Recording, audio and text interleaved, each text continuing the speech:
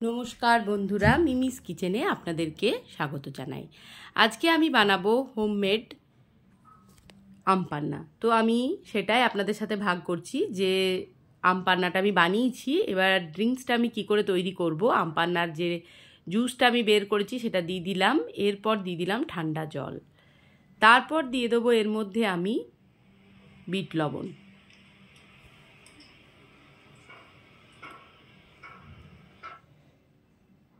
Bit লবণটা দিয়ে ভালো করে গুলে নিচ্ছি।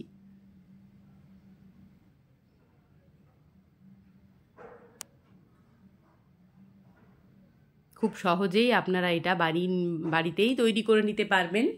সেটাই আজকে আমি আপনাদেরকে দেখাবো যে কিভাবে আমি তৈরি করলাম। এরপর আমি দিয়ে দিচ্ছি বরফ, তাহলেই তৈরি হয়ে যাবে কিন্তু আম পান্নার শরবত। বাড়িতে গেস্ট এলে সুন্দরভাবে সার্ভ করুন। তো চলুন এবার আপনাদেরকে রেসিপিটা কিভাবে আমি তৈরি করলাম আম পান্নার শরবতটা সেটা একটু শেয়ার করে নিই। এখানে আমি 4টে আম নিয়েছি।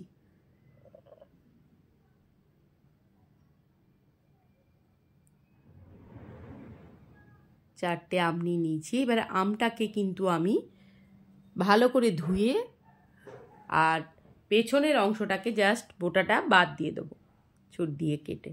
এই যে ধুয়ে বোটাগুলো বাদ দিয়ে দিয়েছি। এবার আমি প্রেসার কুকারের মধ্যে অল্প জল দিয়ে আমগুলোকে সেদ্ধ করতে দেব।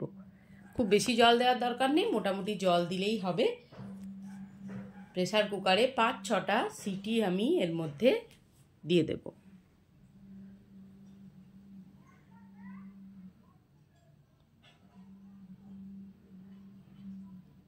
এই দেখুন আমগুলো কিন্তু আমার সেদ্ধ হয়ে গেছে। এবার আমি আমের পাল্পটা বের করব। এইভাবে হাত দিয়ে খোলাটাকে ছাড়িয়ে নিলাম। এবার ভেতর থেকে পাল্পগুলোকে এইভাবে সুন্দরভাবে বের করে নিতে হবে। একটু সময় ধরে ধৈর্য নিয়ে একটু বের করতে হবে। আর এই আম পান্নাটা যেটা আমি বানাবো সেটা আপনারা মোটামুটি 2 মাস স্টোর করে রাখতে পারেন। গরমের সময় 2 মাস হলেই যথেষ্ট। আবার সামনের বছর আবার আপনারা এইভাবে বানিয়ে রেখে দেবেন, তাহলে আর দোকান থেকে কেনার ঝামেলা থাকবে না। আর বাড়িতে বানানো যে কোনো জিনিসই খুবই ভালো লাগে, নিজেরও আনন্দ লাগে যে এটা আমি তৈরি করেছি। গেস্টকে আপনি বলতেও পারবেন যেটা আমার নিজের হাতে বানানো আম পান্না শরবতটা আমি যেটা আপনাদেরকে সার্ভ করলাম, এই আর কি। তো এইভাবে আমের কাঠটা পুরোটা আমি বের করে নিচ্ছি।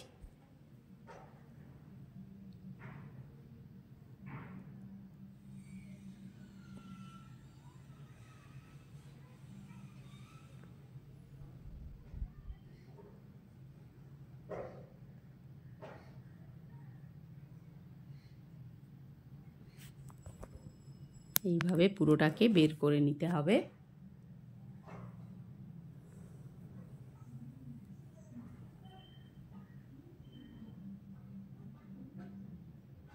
সুন্দরভাবে কিন্তু আমগুলো সেদ্ধ হয়ে গেছে, আর আমের ভিতরে সব আঁটি হয়ে গেছে শক্ত, তাই আমের ইয়েটা বের করতে অসুবিধা হচ্ছে না।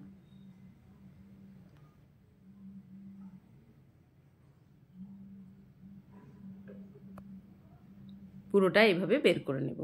এবার চলুন একটা ড্রাই রোস্ট মশলা বানাবো। কিছুই না, শুধু জিরেকে আমি রোস্ট করে গুঁড়ো করে নেব, আর কিছু না।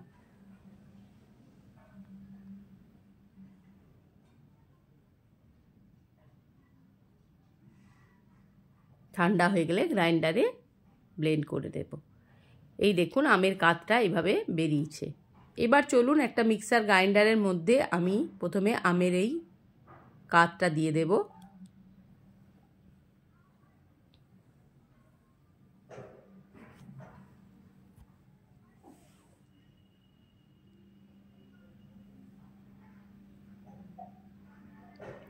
এরপর দিয়ে দেবো ফ্রেশ পুদিনা।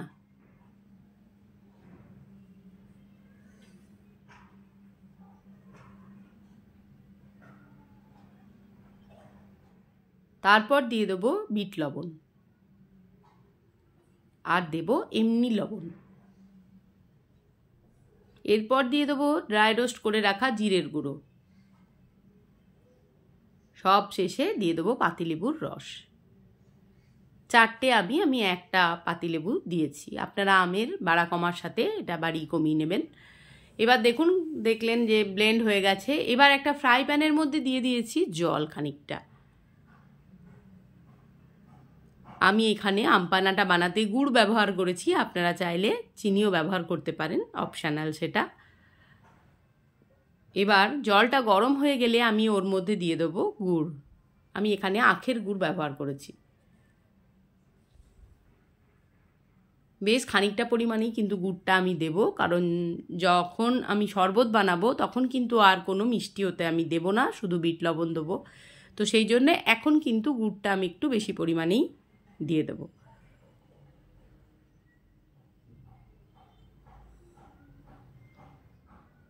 এবার ভালো করে চামচ দিয়ে পুরো গুড়টাকে আমি জলের সাথে মিশিয়ে নিচ্ছি। আমি কিন্তু আর একটু গুঁড়ো এতে অ্যাড করব।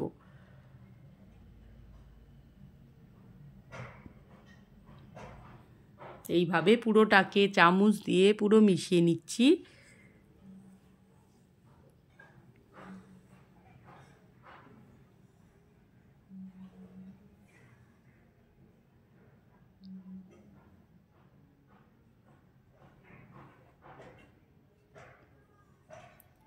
পুরো গুড়টা দেখুন মিশে গেছে। এবার সুন্দরভাবে যখন জাল উঠবে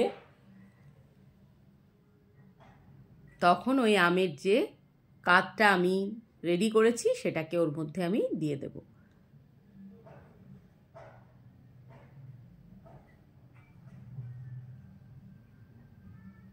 একটু ঘন হয়ে যাবে যখন, তখনই আমি ওটা মেশাবো। এবার দেখুন আমি ওটাকে কিন্তু দিয়ে দিয়েছি একটু একটু করে।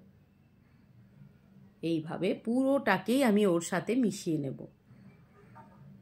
এবার যেহেতু এরকম একটা ব্যাপার হয়ে আছে যে গোটা গোটা দেখতে লাগছে, এরকম তো আম পান্নার জুস হলে ভালো লাগবে না। এবার এটাকে আমি কি করব, আমার যে আলু ম্যাশারটা আছে, ম্যাশার দিয়ে এটাকে আমি পুরো একদম মিহিভাবে ম্যাশ করে নেব।